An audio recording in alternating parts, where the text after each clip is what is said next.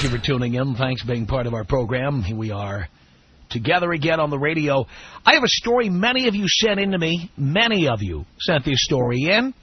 I'm glad to see that you read diverse publications. You catch these articles that you know would work on this program as topics. And I pound some. Many times you send me stories I've never seen. And when 50 or 100 of you all send the same story, in this case a story that originally appeared in the New York Times and then was syndicated to a variety of newspapers, I know it's something we've got to talk about. And that's what we're going to do right here. This story, again from the New York Times. Cynthia Liu is precisely the kind of high achiever Yale wants. She's smart. She has 1510 SAT scores. Disciplined. A 4.0 grade point average. Competitive. She's a finalist in Texas oratory competition. She's musical. She's a pianist. She's athletic. A runner. And altruistic. She's a hospital volunteer. And at the start of her sophomore year at Yale, Cynthia is full of ambition, planning to go to law school. So will she join the long tradition of famous Ivy League graduates? Not likely. By the time she's 30, this accomplished 19-year-old expects to be, get this, a stay-at-home mom.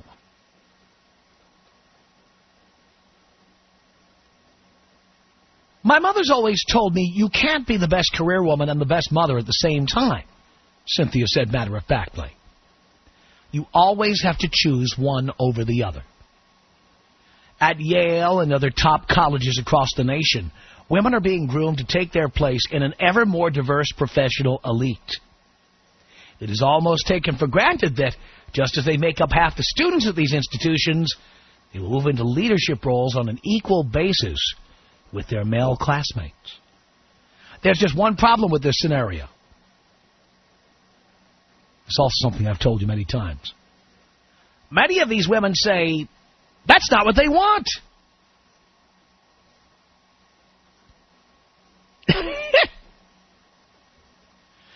Many so-called Generation Y women, that's the generation after Generation X, in case you didn't figure that out, at the nation's most elite colleges, say they have already decided that they will put aside their careers in favor of raising children.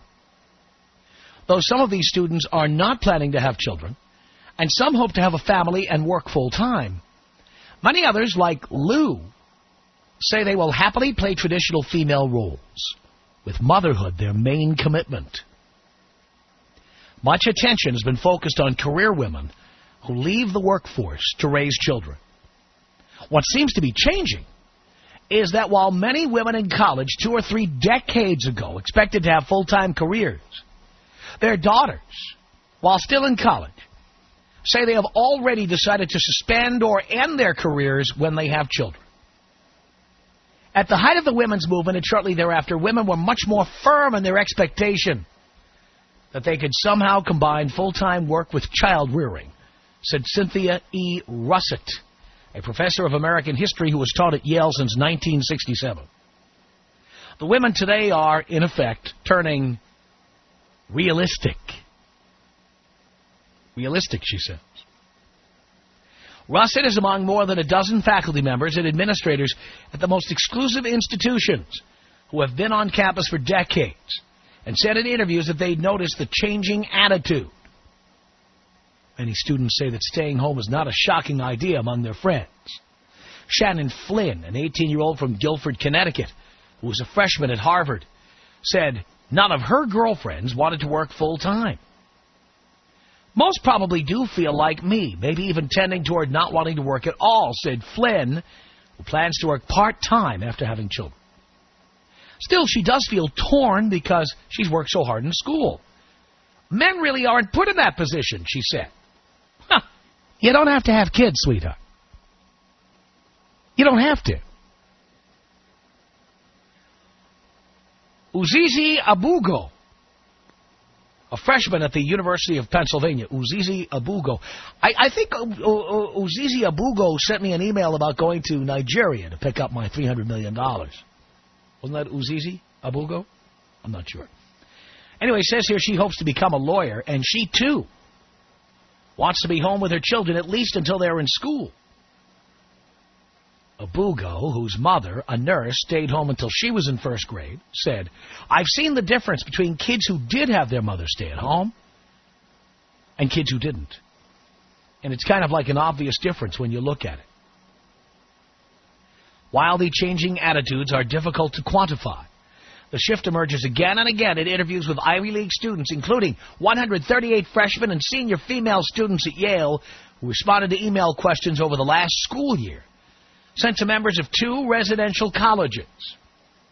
The interviews at Yale found that 85, or roughly 60%, said that when they had children, they planned to cut back on work or stop working entirely. About half of those women said they plan to work part-time, and about half want to stop work for at least a few years. And by the way, you wonder why women make less money than men? That's why. That's why. That's the reason.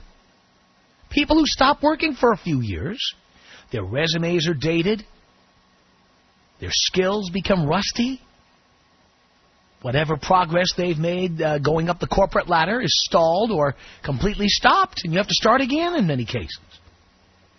That's why women make less money than men. It's not sexism. It's not glass ceilings. It's the unwillingness to show up at a job every day, day in and day out for 40 years. Women, generally, with the usual exceptions, you morons, women generally are not willing to make a commitment to come into the office from 9 to 5 or more, at least Monday through Friday, for 40 years. They're not willing to do it. If you're not willing to do that, you're going to make less money than men who have no choice but to show up every day for 40 years. Of course, there are men who are not willing to work. You saw many of them on television after Hurricane Katrina. That's why they were stuck. Couldn't go anywhere, couldn't afford a bus ticket. But generally speaking, men have no choice in life but to work until we're dead.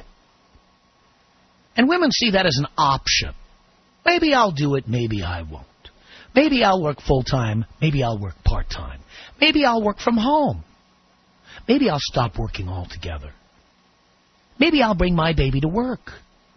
Maybe I'll only work for family-friendly companies where I can breastfeed in the office. Women see life as an unending series of options, and men have their options limited. Because if you want a woman, you have to work every day until you're dead. That's how it is.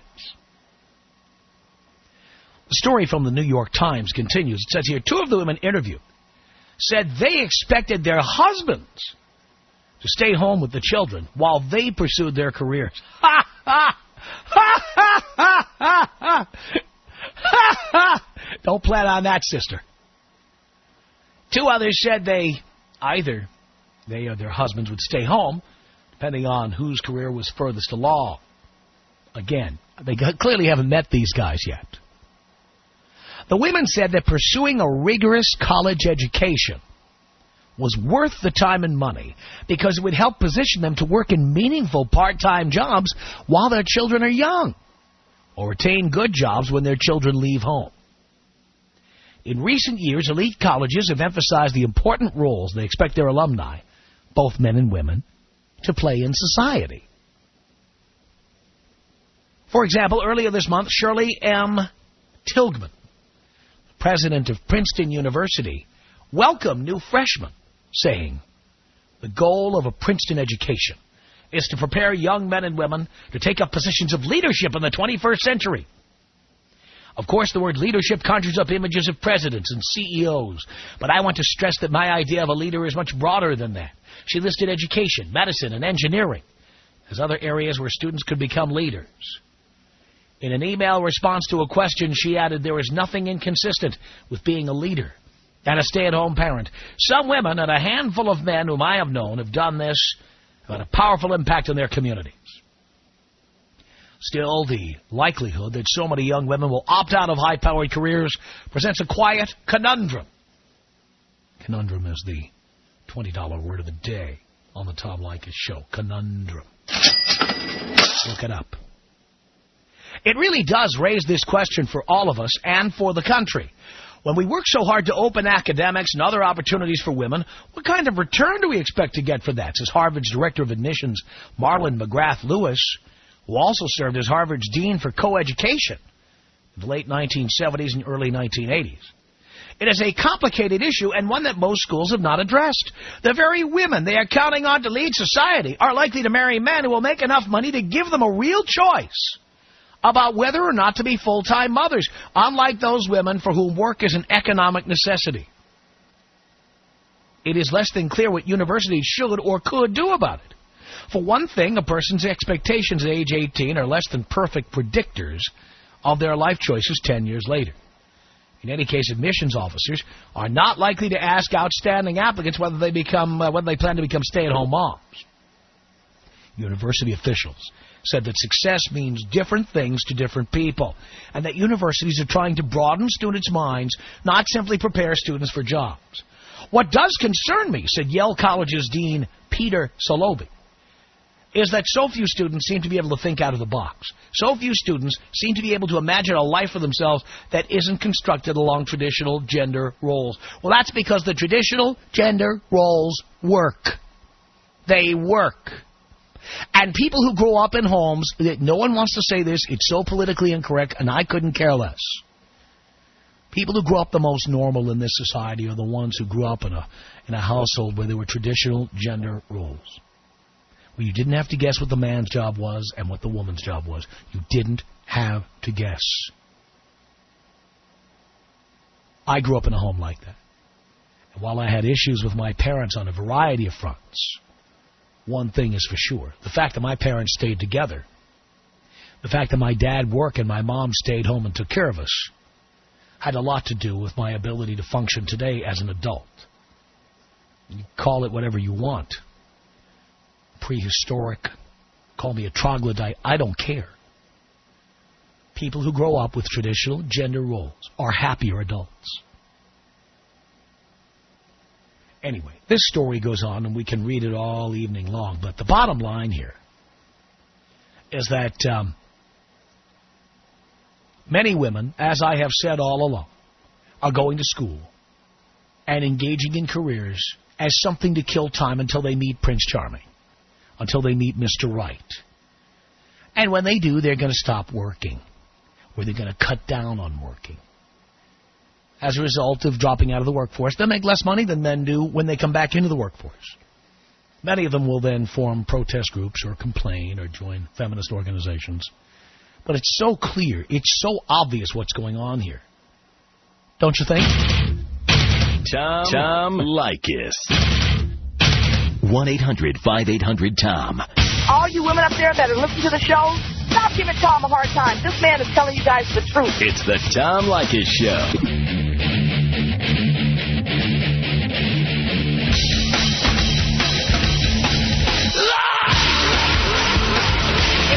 Leykis Show at 1-800-5800-TOM. That's our telephone number. Jack on the Tom Leykis Show. Hello. I'm not going to call you Dad. I'm going to call you Big Brother because that's more my age type of thing. But this is Jack, a veteran of the Lodge in Dallas, Texas. Yes, sir. Calling you from the 60s. I actually live in Dallas and work over here in Corona during the week. But yeah, I'll tell you what, I grew up with a stay-at-home mom, and I turned out pretty damn well. And even now, I'm divorced, but my two kids actually, I'm biting a bullet, but they got a stay-at-home mom still after 5 years of being divorced. And I tell you what, the traditional family, man, that's the only way to do it. So you pay your ex enough money to stay home with your kids? Well, she looks. You know how inexpensive it is. Hell, you can still get a 2,500 square foot house there for $200,000, and you know, making the big bucks out here in California. I can afford to do that. And actually, I have one child. A son of mine is in college now. My little guy's 11. Yeah, it's been tough. But you know what? It's well worth it, and the kids are going to be they're going to have a great life thanks to being able to do that. I understand what you're saying. And do you pay traditional alimony, or do you just simply pay the bills and give her some cash? How do you do it? I give her about $4,000 a month, and she owns. And was that decided by you or by a judge? No, that's decided by me. It's dropped off. It's a little less now, but I'm still supporting my kid going through school. She owns the house. She got the house when we got divorced. But I'm making good money. My company puts me up here. Got a nice expense account. And I know that, for one thing, they're not going to be, the way that they were raised, they're not going to be coming back to me, mooching off of daddy. And then that's where I'm going to make up the ability to really get ahead in life, because they're going to be have the good values and everything else. They're going to be well educated, and they're going to be able to take care of themselves. And that's when I can start concentrating on myself. I'm 41, plan on living to be 100, and I have a lot of money-making years to go. And I'm getting more ass in the toilet seat. Good for you. And hopefully you're using condoms, or you've had a vasectomy or something. The old vasectomy and condoms, and in fact, I'm going to see Luis Miguel tonight. And, you know, there's going to be so many Latin hotties there that my toilet seat is going to be pretty ass-rid. Yeah, if you want to pick up Latinas in Los Angeles tonight, Luis Miguel at the Universal Amphitheater. That is the place 8:15. Yes, be there or be square. I'm going to be there in the orchestra pit, front row, like I always am, and picking up numbers. Because you're going to be sloppy seconds to Luis Miguel, because all these women go to the concert and they dress like they're going to meet him. Well, let me tell you, it's not like I'd Luis or anything, but I would definitely do sloppy seconds behind him. Well, hey, you see all the right things, man, and hey, hopefully get a chance to see you in Dallas again and party at the lodge, man. Well, we're coming back to Dallas real soon, Jack, so keep an eye open. You take care. You too. Martina on the Tom Leykis Show. Hello. Hi, Tom. It's great talking to you. I know. Time caller. Thank you. I have a comment, or actually I'm calling for advice regarding the traditional family nucleus. I didn't know that I would actually admit it. I 100% agree with you that the traditional setup is how it works. And the problem is that I, in the meantime, have committed to a career. I'm a career woman. I make great money. I make more money than my husband. But now we started having babies, and I'm realizing this is not ideal setup. The home is chaotic. We come home, both of us, exhausted, and our kids are being raised by other family members, and the nannies. And I'm realizing that I probably didn't think it through at the time. I was committed to going to college and, doing my career. So what do I do now? Well, you kind of got yourself stuck there, didn't you? Now, you can turn it around. I mean, if your husband can make enough money to support all of you. I think he could. But to be honest with you, I am kind of bummed having to throw away my career if it comes to that. But it probably is worth it. Your kids definitely are worth it. But well, you're also not throwing it away forever. I mean, how old are your kids now? 7 months and 2.5 years old. All right. Well, 7 months. That means you wouldn't be going back to work until you're at least 40. Yeah, I just went back to work last month. Yeah. Right. So I'm kind of, back into everything, and I like it, to tell you the truth, but I just don't like how we don't have that home to return to. My husband doesn't have a home to return to. Right. My husband doesn't have a warm dinner on the table, which I think he deserves. I mean, he's a man of the house. He not only deserves it, why did he get married? I don't know. I mean, that's the thing I ask women all the time. If you can't be there to make dinner, why do I need you? When I've lived alone over the years, I come home and I have to make dinner. Yeah. And so if I get married and I've got the same situation, I come home and there's no dinner, I come home and there's no lights on, there's no warm feeling in the house, why did I do it? Yeah, I completely hear you. I mean, if we had the same conversation like 5 years ago, I would say you're full of crap. I would say, hey, I'm a woman and we're equal opportunities. But you know what? Now I'm a little older, wiser. I've done all the schooling. I've been there. I've done that. I make the money, have the career. And I'm looking at my family and my home and thinking, there is no home. There is no warmth. There is no candles and dinner on the table and no nice, evenings with a movie on or going out on the weekend. It's not there anymore. And I'm now realizing it wasn't thought through by me or by my husband. So this is advice for other women that are at the beginning of their careers or think about going to school. They need to think it through. What do they really want, Well, you're right. They want to be wives and mothers. I think it's a great thing. Just don't get degrees and then pull back out of it because, I don't know, it doesn't work. So I think you're right. Anyway, so what Martina, do I do you now? still have the opportunity to talk it over with your husband.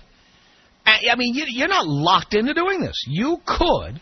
And by the way, you don't have to drop out of the workforce until your kid is 18. You could drop out until the kid goes to school. Yeah, that's true. I do have a big student loan, though, and I don't want to dump it on my, husband's shoulders, too. So, yeah. That's another thing, my student loan. That's another thing. The women have to think it through. Don't get these student loans when you think you may not be able to pay it, or you will have to dump it on your husband. So, well, anyway, thank you. Thank you. I'll keep listening.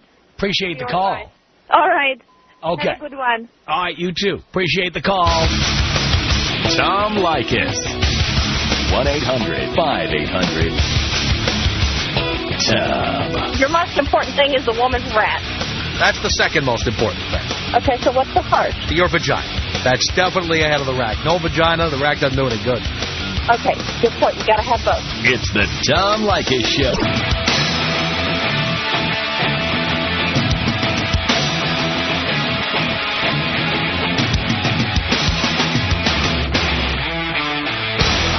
Tom Leykis Show. 1-800-5800-TOM is our telephone number. Boys Night Out is coming to the Inland Empire 2 weeks from Friday. That's right, 2 weeks from Friday on the 7th of October at 8:30 p.m. That's right, Boys Night Out. I'm your MC for this event. I'm going to say things on that stage you'll never hear me say on the radio. If you do, it'll be my last show. I'll tell you that. Outrageous comedy. Bobby Slayton is our headliner. I'm the producer of this event, by the way. Bobby Slayton's our headliner. And it'll be 3 over-the-top comedians, Bobby, John DeResta, Steve Brewer, who are simply over-the-top. They understand what we talk about on the air. They feel your pain. And they have their own takes on this stuff. They're all guys.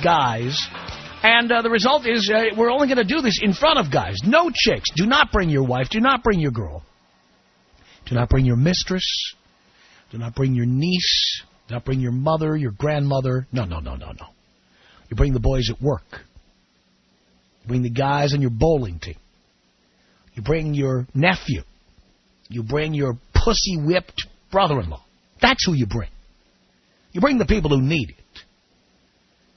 Imagine an audience of about 2,000 guys together. Enjoy a night of comedy without the girlfriend or the wife twisting your cheek and going, so that's what you think is funny. So that's what you like. You've been there, right? Well, be there with us at the Riverside Municipal Auditorium on Friday, October 7th, 8:30 p.m.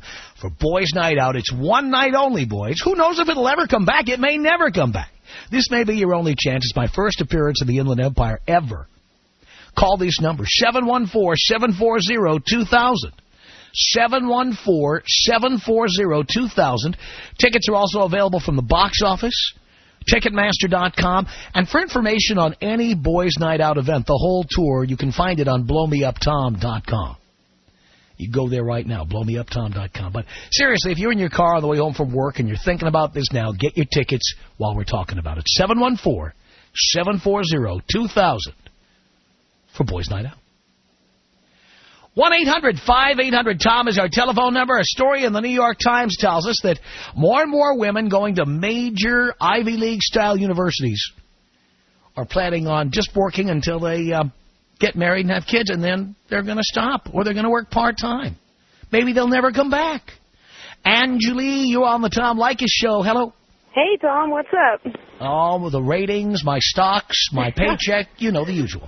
But, of course, the usual. Hey, I'm working 3 jobs right now trying to make it, but at the same time, I would love to get married and have kids and have a career, but, I mean, I feel like I'm kind of wasting my time right now, you know, if that ever comes, if I can even find a guy, you know. So what's your opinion on that? Should I just work my ass off hoping one day?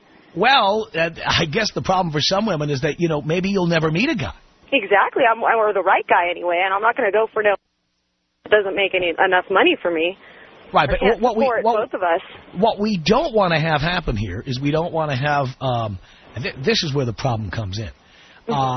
You count on Mr. Right coming along, and then he doesn't. Or you decide you're going to become a single mother. I mean, that's just got to be out. Oh, that's not going to happen. No. I wear birth control, and I use condoms, and I'm not that stupid. Good. Yeah, and thanks to your show, I've listened for the past 3 years, and you've really helped me out a lot. And I know exactly what guys not to date thanks to you. Really? What kind is that? Well, the first question I ask is, do you listen to Tom Leykis Show? And if they say yes, they're pretty much out of there. I ask them pretty much in detail if they really believe, you know, everything that you say. Like, I think that if the girl doesn't sleep with you within 3 nights, you know, she's holding out. I don't think it's worth it just to dump her ass. But, well, actually it is, because usually when women hold out that long... 3 days? Tom, come on, that's 3 not even long enough to dates. get to know somebody. Dear, first of all... There is one exception. If I just want to do somebody, our first date is to Planned Parenthood, you're getting tested, and so am I, and then we can do it and don't even have to worry about it ever again. Well, if you want to have your first date at Planned Parenthood, go right ahead, but... Yeah, why not? At least I know that person's clean. You know, condom breaks. Unfortunately, they do. Birth control is a backup for that. But what about diseases? There's so many out there. They're not cured with just a little pill. But, dear, going on 4, 5, or 6 dates with a guy is not going to tell you what diseases he has.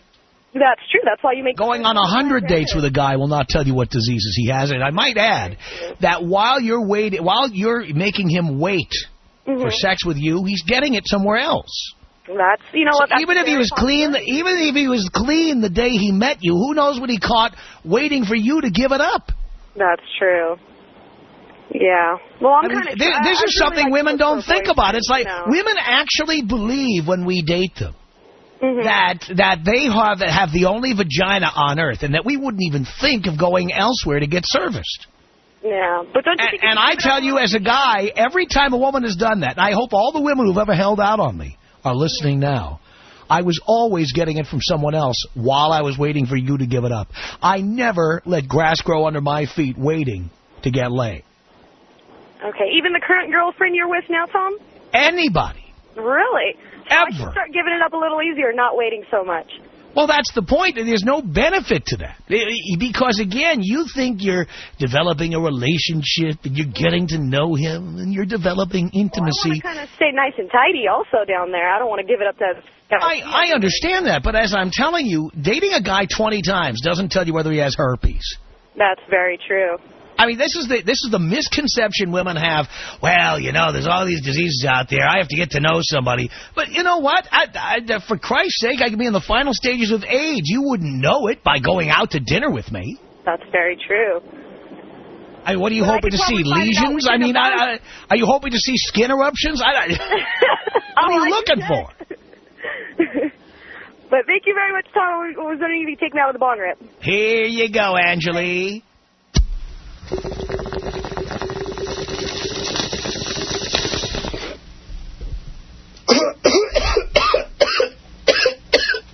One 1-800-5800-TOM is our telephone number. It's David on the Tom Leykis Show. Hello.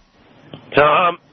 David. Hey, 2 years ago, a female coworker of mine got involved with this master's degree advancement program with our company, and she was always being let off early because she had to do classes, had to do this, had to do that, and it got to the point where she was missing so much work. Not only was I and other people having to make up for it, but I actually asked for time off or here and there like I'm supposed to be able to get, and I was told I couldn't because of, you know, not enough staffing because she's got her college program.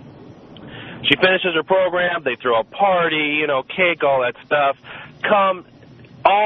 Not even like a month later, she's talking about having a kid now, right? Then she goes and she does have a kid. Now she's taking time off for her kid, and she's talking about not coming back. Right. Then you're right about that.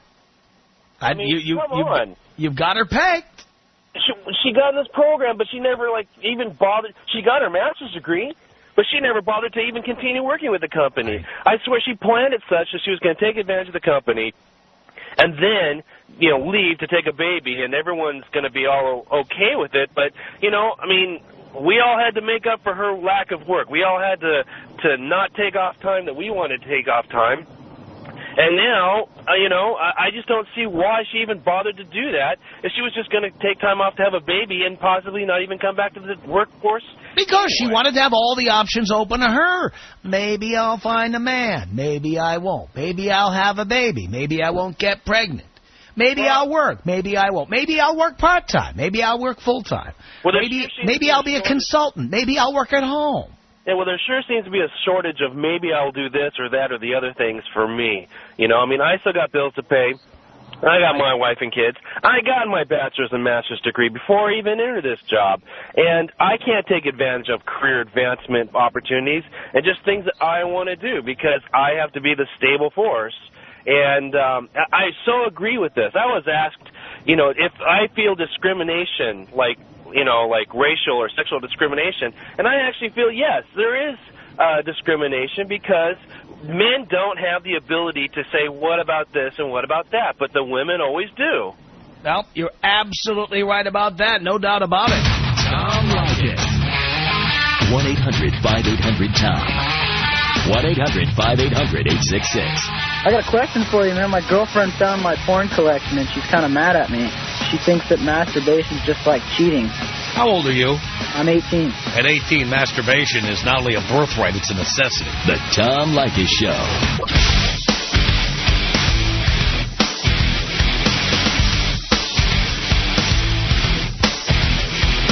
The Tom Leykis Show. 1-800-5800-TOM is our telephone number. Robert on the Tom Leykis Show. Hello. Hello. Short-time listener, first-time caller. Cool. I was calling because my girlfriend actually just broke up with me to pursue education. And it's kind of ironic. We were together for about 10 months. And about 5 days before she broke up with me over the phone, I started to kind of catch up on one little hint of it when she had a conversation with me about how she wouldn't have as much time for us anymore. So I kind of hit me in the face. Been chasing this girl for a couple of years, and then this happened to me, and then I had a friend named Scott at work who turned me on to the Tom Leykis Show, and that's made everything a lot easier. Well, as you know now, by tuning in, you shouldn't even have a girlfriend at 21 years old. Absolutely. Nothing serious until 25. Or until you attain your dream. What are you studying to become? Well, I'm going to school to be a software engineer, but I don't really see that happening. I'm probably going to be, something definitely network-related, but I'd like to work into an executive position. In computers? Yeah, I'm sorry, computers. Right, I understand. And so you've got a game plan for your life, and until you get into that executive position, that's the day, whether you're 25 or 28 or whatever you are, that's the day you can consider getting into a serious relationship, and not a day before. Because women will tear you down and try to prevent you from attaining your dream. All right. That's what they will do, and you know why they will do that. It's because they're afraid that once you attain your dream, you'll be able to do better than them. You'll be able to get hotter chicks, younger chicks, which you will be able to do. So they have a natural desire to try to tear you down and stop you from going any further. Okay, kind of like woman's instinct. Yeah. So again, don't misinterpret what I'm saying. Get laid, have fun, live it up, have sex with as many women as you like. You don't need a girlfriend to do that. All right. Make sense? Makes sense. I've been listening a lot and noticed lately I've been going out with more friends and doing some more stuff, and kind of feel like I was missing out on a lot of stuff. And there's no doubt that since it's kind of still fresh, it's only been about 3-4 weeks, it still kind of hurts a little bit from time to time, but, you know, every once in a while I'll sit there and think about it and stop thinking with my heart, start thinking with my head, and all the pain just goes away. Good for you. Robert, I'm proud. Thank you. Our email address is my name. It's Tom@blowmeuptom.com. Tom@blowmeuptom.com. Boys Night Out, 10 days away in Seattle at the Paramount Theater. Call now for tickets, 206-529-4051. The Tom Leykis Show.